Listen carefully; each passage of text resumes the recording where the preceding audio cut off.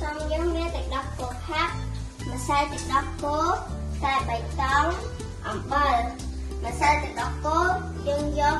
chấm luôn 170 gram តែបៃតងចំនួន40 ក្រាមនិងទឹកក្តៅចំនួន1 លីត្រកន្លះ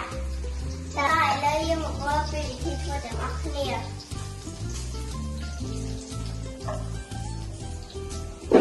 ឥឡូវយើងដាក់តែរបស់យើងចូលទៅក្នុងឆ្នាំងយើងគ្រាន់តែត្រាំវា20 នាទីរួចយើងបើកច្រោះវាឲ្យល្អកុំឲ្យមានស្កាក់ស្ងល់តោះឥឡូវយើងមកច្រោះកាក់ចេញ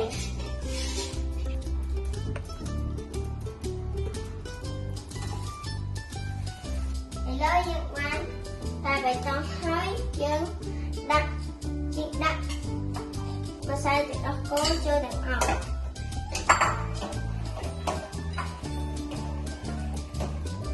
យើងចាក់ទឹកដោះគោខាប់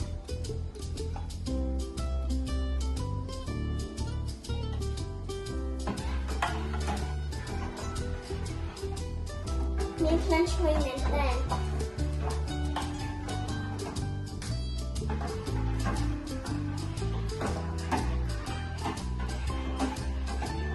យើងចាក់អំបិលចូល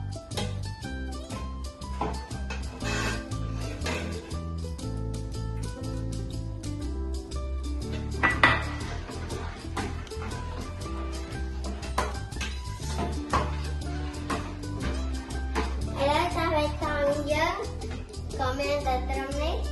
សូមអរគុណជួយចុច Subscribe និងរូបសញ្ញាកណ្ដឹងជាការស្រេចដើម្បីទទួលបានវីដេអូថ្មីៗជម្រាបលាបាយបាយ